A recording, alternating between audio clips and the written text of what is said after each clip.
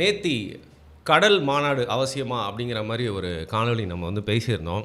நம்ம எப்போ தமிழ் தேசியத்துக்கு ஆதரவாக பேசினாலும், தமிழ் தேசிய கொள்கைகளில் இருக்க சக்தியை குறித்து வந்து பேசினாலும், இல்லை அண்ணன் சீமான் ஏதாவது ஒரு நல்லது பண்ணால் அது குறித்து பேசினாலும் உடனே வந்துடுவாங்க, நீ வந்து சீமான் முட்டு தானே, என்டிகே சொம்பு தானே அப்படின்னு சொல்லிட்டு.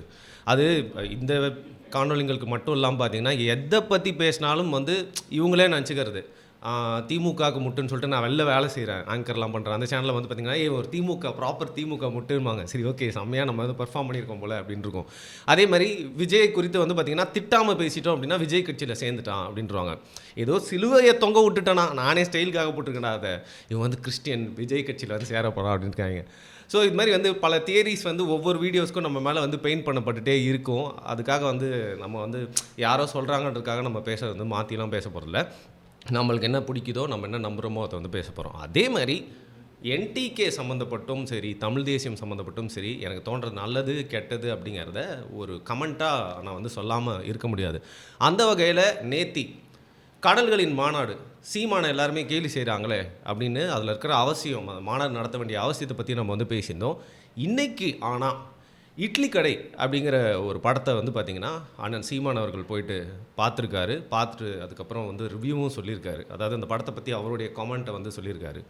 So I'm just after all ஒரு யூடியூபர். நம்ம சேனலில் பார்த்தீங்கனாலே தெரியும், எல்லா விதமான டாப்பிக்கும் பேசுவோம். அரசியல் பேசுவோம், சினிமா, காமிக் புக்ஸ் பற்றி பேசியிருக்கோம், அண்ட் நிறைய டிஃப்ரெண்ட் பாட்காஸ்ட் பண்ணுவோம். ஸ்பிரிச்சுவலாக ரிலீஜன் பற்றி நிறையா விஷயங்கள் வந்து பேசியிருக்கோம், ஹிஸ்ட்ரி பற்றி பேசுவோம். ஸோ எனக்கு எல்லாம் பிடிக்கும். எனக்கு எதெல்லாம் எனக்கு அட்ராக்ட் பண்ணுறதோ அதை பற்றி வந்து பேசிகிட்டே இருப்போம். டெக்னாலஜி பற்றி வந்து பேசிகிட்டே இருப்போம். மாதிரி மாற்றி டாபிக்ஸ் இருக்கும். அந்த வகையில் வந்து இப்போ இந்த இட்லி கடை படத்துக்கு வந்து பார்த்திங்கன்னா எல்லா படத்துக்கும் நம்ம பார்த்து ரிவ்யூ கொடுத்துட்டே இருக்குமே அப்படிங்கிற பட்சத்தில், நான் ஆஃப்டர் ஆல் ஒரு யூடியூபர், எந்த கட்சியும் சாராதவன், நான் இந்த வாதி அந்த வாதின்னு சொல்லாதவன், நான் போய்ட்டு அந்த படத்துக்கு ரிவ்யூ கொடுக்கறதுக்கே எனக்கு வந்து அது ஒரு தனுஷ் படமாக அதில் அந்த நல்ல கருத்து இருந்ததுனால வந்து பார்த்திங்கன்னா ஒரு ரிவ்யூ அப்படின்றத கொடுத்தேன்.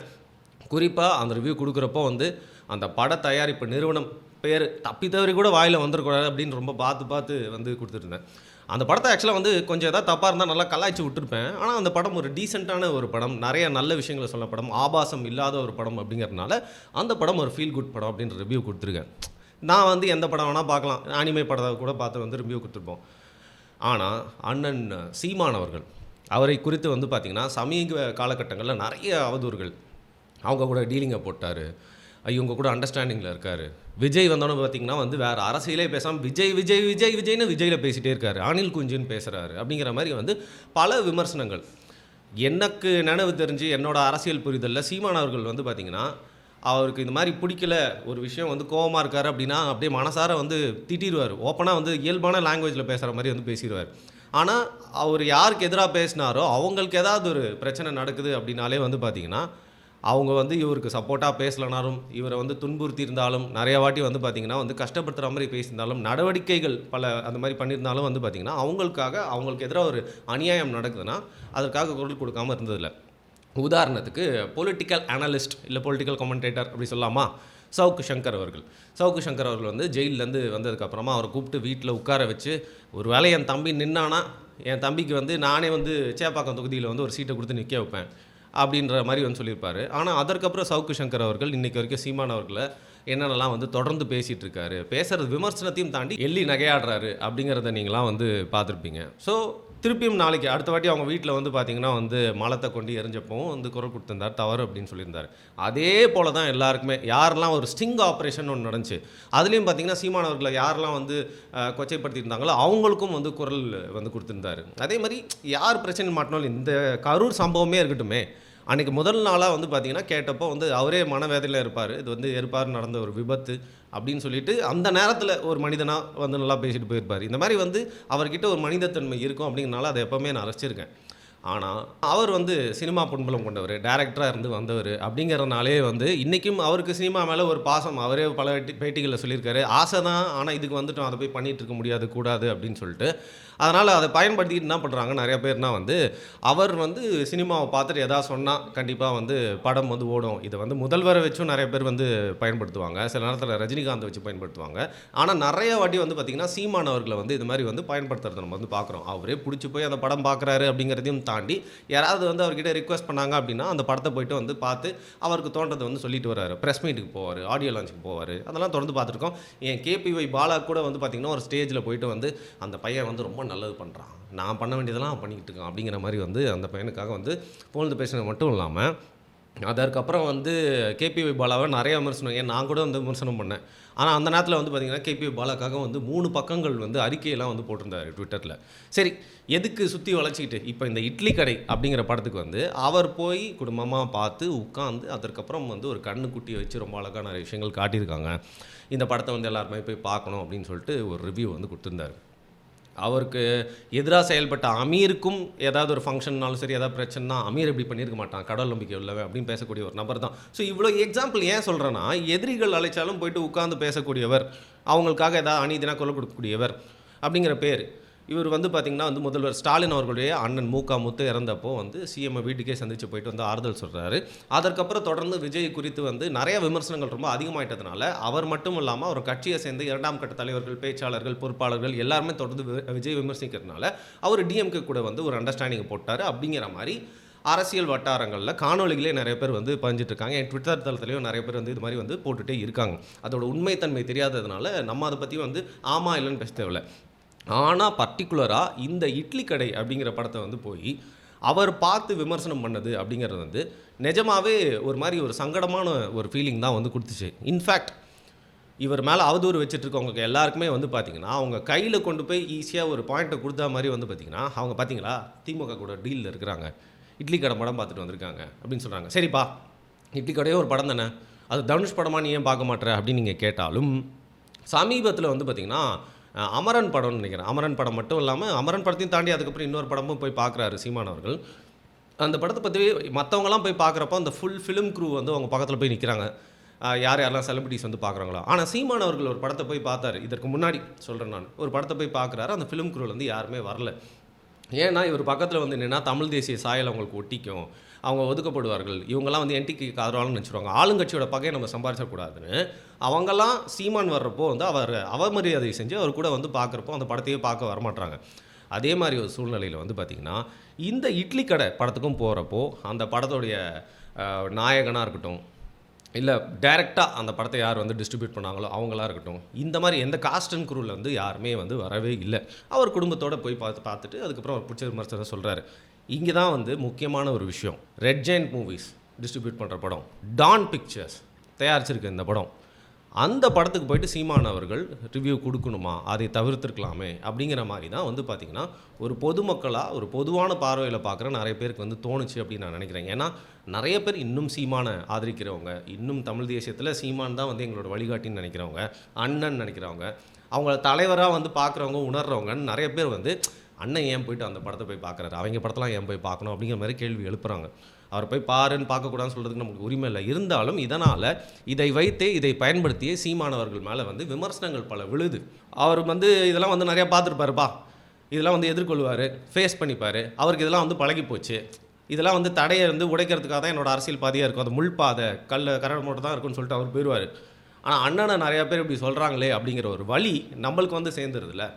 அது அண்ணன் மேலே மட்டும் இல்லாமல் உங்களுக்கு பிடிக்குதோ பிடிக்கலையோ தமிழ் தேசியத்தின் மேலே ஒரு கரைப்படுகிற மாதிரியான ஒரு விஷயமாக தான் பார்க்கப்படுது. ஏன்னா தொடர்ந்து ஒரு 1.5 மாதமாக திருப்பியும் சொல்கிறேன், சீமான் அவர்கள் திமுக கூட டீலிங் போட்டு விஜயை வந்து திட்டி பேசிக்கிட்டே இருக்காரு அப்படிங்கிற மாதிரி அவதூறோ இல்லை குற்றச்சாட்டோ மட்டும் இல்லாமல் சமீபத்தில் நடந்த கரூர் அந்த சோக சம்பவத்துக்கு அப்புறம் சீமானை சேர்ந்தவர்கள், அதாவது கட்சியை சேர்ந்தவர்கள் தொடர்ந்து விஜயை விமர்சிக்கும் விதம், விமர்சிக்கலாம், விஜய் மேலே நிறையா தப்பு இருக்குது, விஜய்க்கெலாம் யாரும் குஜராத்துக்கு வரல, தமிழ் தேசியத்தை தாண்டி நம்மளுக்கு விஜய்லாம் ஒன்றும் முக்கியமே இல்லை, இப்போ இல்லை, எப்போவுமே அப்படி இருக்கவும் போகிறதில்ல. ஆனால் அந்த விமர்சித்த விதம், அதோட அந்த கண்டினியூஸாக வந்து அந்த டார்கெட் பண்ணியே வந்து ஒரு பக்கமாக திருப்பி திமுகவை இன்டைரக்டாக புனிதைப்படுத்தக்கூடிய அந்த வேலை அப்படின்னு இருக்குல்ல, அது நடந்துகிட்டே இருக்கிற இந்த சூழ்நிலையில் இட்லி கடை படத்துக்கு போயிட்டு சீமான் அவர்கள் பார்த்து நல்லா இருக்கு, குடும்பத்தோடு போய் பார்த்து நல்லா இருக்கு அப்படின்னு சொன்னது கண்டிப்பாக ஒரு சங்கடமான ஒரு சுச்சுவேஷன் தான் வந்து ஏற்படுத்தியிருக்கு. இதில் என்ன பிரச்சனை அப்படின்னு பார்த்தீங்கன்னா, இப்போ நம்ம இன்றைக்கி வந்து ஒரு ஸ்டாண்டில் இருக்கோம், ஒரு மாதிரியான விஷயங்கள்லாம் பேசுகிறோம் அப்படிங்கிறதையும் தாண்டி, உதாரணத்துக்கு என்னை எடுத்துக்கிட்டிங்கன்னா, நான் வந்து மீடியாவில் வந்து ஒரு 10 வருடத்துக்கிட்ட இருக்கேன். பல மீடியா தளங்களில் வந்து ஒர்க் பண்ணிட்டு இன்றைக்கி யூடியூப்பில் இந்த மாதிரி ஒரு சேனல் எடுத்து நம்மளுக்கு வேண்டியதை தோன்றதெல்லாம் வந்து பேசிகிட்டு இருக்கோம். அந்த வகையில் எனக்கு இன்றைக்கி போய்ட்டு ஒரு அரசியல் கட்சியை சேர்ந்தவங்க, இன்றைக்கி ஒரு அரசியல் கட்சியோட கொஞ்சம் இணக்கமாக இருக்கிறவங்க, அது எல்லா கட்சி எந்த கட்சி வேணால் இருக்கட்டும், அப்படி வந்து பார்த்திங்கன்னா எல்லா தரப்புலையுமே எனக்கு வந்து நண்பர்கள் இருக்காங்க. அவங்க எனக்கு நண்பர் ஆகிறப்போ வந்து என்ன மாதிரி ஒரு சாதாரணமாக மீடியாவில் பிழைக்க வந்த ஏதாவது வாய்ப்பு தேடி வந்த ஒரு நண்பர் தான். அன்றைக்கி அவன் எந்த கட்சியும் அடையாளமும் இல்லாதவன், என்ன மாதிரி வந்து பார்த்திங்கன்னா தமிழ் தேசிய கருத்துக்களில் அதிக நாட்டம் கொண்டவன் அப்படிங்கிற மாதிரி நாங்கள் இல்லாமல் எல்லாருமே ஒரு நியூட்ரலான ஒரு நண்பர்கள். ஆனால் பிற்காலத்தில் உங்களுக்கு தெரியல, ஒவ்வொருத்தரும் ஒரு பாதையை தேர்ந்தெடுப்பாங்க, அதுக்கப்புறம் ஒவ்வொருத்தர் மூலியமாக வந்து முன்னேறுவாங்க. அவங்க போய் இருக்கிற இடம் அப்படிங்கிறது வெவ்வேறமாக மாறிடும். அது மட்டும் இல்லாமல் நண்பர்களாக இருந்தாலும் ஒவ்வொருத்தருக்கும் பார்த்திங்கன்னா தனிப்பட்ட கருத்து, நம்பிக்கை, கொள்கை அப்படின்னு இருக்கிறனால இன்றைக்கி வெவ்வேறு இடங்களில் போய் இருக்காங்க. அப்படி நம்ம போய்ட்டு ஏதாவது ஒரு நண்பர் கூட உட்காந்து ஷோ பண்ணுறோம், அதாவது வீடியோஸ் பண்ணுறோம், அப்படி வந்து அந்த நண்பர் கூட ஒரு புகைப்படத்தை வெளியிடுறோம், அப்படி அவர் கூட வந்து தொடர்பில் இருக்கும், அவரோட போஸ்ட்டை போய் லைக் பண்ணுறோம் அப்படிங்கிற மாதிரி யாராவது பார்த்துட்டாலே, நீ என்ன அவன் கூடலாம் கூட்டாக இருக்க, நீ என்ன இவன் கூடலாம் வீடியோ பேசுகிற, நீ என்ன இவன் கூடலாம் புகைப்படம் போடுற, ஓ இவங்கெல்லாம் கூட்டு தான் போல இருக்குன்னு நட்பை வந்து புரிஞ்சிக்கவே முடியாமல் ஈஸியான அவதூறுகள். சீமானவர்கள்லாம் ரொம்ப பெரிய அளவுக்குலாம் நிறைய பேர் சப்போர்ட் இருக்காங்க. நமக்குலாம் வந்து என்ன மாதிரி ஆளுங்கலாம் பார்த்திங்கன்னா ஒரு சாதாரண ஆட்கள். நான் என்ன உதாரணத்துக்கு சொல்கிறேனே தவிர்த்து என்ன மாதிரியே நிறைய பேர் இதில் வந்து அஃபெக்ட் ஆகுறாங்க. ஸோ மேல்மட்டத்தில் இருக்கக்கூடிய தலைவர்கள்லாம் வந்து பார்த்திங்கன்னா மாண்பை காக்கிறதுக்காக மீட் பண்ணிப்பாங்க. அவங்கள சார்ந்தவங்க ஏதாவது ஒரு படம் தயாரித்தா அதை போய் படமும் பார்க்கலாம், அதையும் நம்ம வந்து கரெக்டாக புரிஞ்சுக்கணும், அந்த மூளை நமக்கு இருக்கணும். ஆனால் எங்களை மாதிரி சாமானியர்கள், சாதாரண நபர்கள், நியூட்ரலாக இருக்கணும்னு நினைக்கிறவங்க எல்லாருக்கூடையும் ஒரு நல்ல பண்போட நட்போடு இருக்கணும் அப்படின்னு நினச்சா எத்தனை வாட்டி வந்து குத்துறப்படுறோம் இந்த மாதிரி வேலைகளில். ஸோ சீமானவர்களுக்கு வந்து பார்த்திங்கன்னா ஈஸியாக அவருடைய அந்த ஸ்டேச்சர், அவரோட இடம் வந்து ஈஸியாக அவரை பாதுகாப்பாக அவர் ஒரு கட்டமைப்புலேருந்து கூப்பிட்டு போயிடுவாங்க இந்த பிரச்சனையிலேருந்து, ஒரு ஈகோ சிஸ்டத்துலேருந்து. பட் நம்மள மாதிரி ஆட்கள்லாம் ஈஸியாக அந்த கரை வந்து பதிக்கிறது மட்டும் இல்லாமல் முத்திரை குத்தி இது இவன் தான், இவன் அவங்க கூட கூப்பிட்டு வச்சுருக்கான் அப்படின்னு சொல்லிடுவாங்க. ஸோ இது ஒருத்தருக்கும் ஒரு நியாயம் இருக்கே அப்படிங்கிற ஒரு ஆதகம் தான். அதையும் தாண்டி இதை நான் ரொம்ப எழுத்தெல்லாம் பேச விரும்பல. சீமானவர்கள் வந்து இந்த படம் மட்டும் இல்லை, எவ்வளோ படம் பார்த்து ரிவ்யூ சொல்லியிருக்காரு, எவ்வளோ படங்கள். அவங்களுக்குலாம் வந்து அந்த படத்தின் மூலியமாக எடுக்கிறவங்க மூலிமா எந்த ஒரு ஆதாயமே இவருக்கு வந்திருக்காது. ஏன்னா ஒரு ஃபேமஸாக ஒருத்தர் இருக்காருப்பா, ஒரு படம் எடுக்கிறாரு, அவர் பக்கத்தில் போய் சீமானுன்ட்டு அவரோட அந்த புகழை வந்து இவர் பக்கமும் இழுத்துக்கிறாரு, அந்த ஆதாயத்துக்காக போகிறாரு அப்படின்ற மாதிரிலாம் இல்லை. எவ்வளோ பாவப்பட ரொம்ப கஷ்டப்படுற படங்கள், ரொம்ப குறைந்த முதலீட்டில் வரக்கூடிய படங்கள். இவருக்கு அவங்ககிட்டேருந்து எந்த ஆதாயமே இல்லை அப்படின்னா கூட அவங்களோட படத்துக்கெலாம் கூட போயிட்டு வந்து ஒரு ப்ரொமோட் பண்ணி வந்து பேசியிருக்காரு. ஆனால் இந்த நேரத்தில் இந்த அரசியல் சூழ்நிலையில் நீங்கள் வந்து ஒரு திரைப்படத்தை விரும்புகிற ஒரு முன்னாள் டேரக்டர், சினிமானா உங்களுக்கு ரொம்ப பிடிக்கும், இன்னும் சினிமாக்காரங்க கூட ஒரு நல்ல நட்பில் இருக்கணும்னு நினைக்கிற நபர் நீங்கள். ஆனால் அதையும் தாண்டி இன்றைக்கி ஒரு 3வது பெரிய கட்சியின் தலைவர், தமிழ் தேசியத்தோட ஒரு பெரிய கட்சி, ஒரே ஒரு கட்சி தான் இருக்குது, அந்த கட்சிக்கு நீங்கள் தான் வந்து பார்த்திங்கன்னா வந்து ஒருங்கிணைப்பாளராக இருக்கீங்க. அப்பேற்பட்ட ஒரு தலைவராக நீங்கள் வந்து பார்க்குறீங்க அப்படின்னா, எல்லாருமே பார்க்குறாங்கன்னா நீங்கள் ஒரு பெரிய அடையாளமாக இருக்கீங்கன்ற பட்சத்தில் நீங்கள் சொல்லக்கூடிய நல்ல கருத்துக்களுக்கு வந்து பார்த்திங்கன்னா எதிரிகள், அதுவும் ஆடும் தரப்புலேருந்து எவ்வளோ அசிங்கப்பட்டாலும், எவ்வளோ வந்து பார்த்திங்கன்னா திட்டு வாங்கினாலும், எவ்வளோ பேர் மிரட்டினாலும் தொடர்ந்து அதை ஸ்ட்ராங்காக முன் வச்சு பேசிகிட்டே இருக்கும். அது நீங்கள் பேசிய கருத்துக்களுக்காக மட்டும்தான். அதுக்கு அடையாளமாக வந்தீங்க பல பேரால் நீங்கள் வந்து பார்க்கப்படுறீங்க. ஸோ நீங்கள் இந்த பர்டிகுலர் படத்தை போய் பார்த்து ரிவ்யூ பண்ணது அப்படிங்கிறது வந்து கண்டிப்பாக ஒரு சின்ன வருத்தமாக தான் இருக்குது. இந்த சூழ்நிலையில் அண்ணன் வந்து அதை தவிர்த்துருக்கலாம் அப்படிங்கிறத ஒரு சாதாரண ஒரு யூடியூபர், ஆஃப்டர் ஆல் ஒரு யூடியூபர், சாதாரண ஒரு தம்பியாக வந்து எனக்கு தோன்றதை வந்து சொன்னேன்.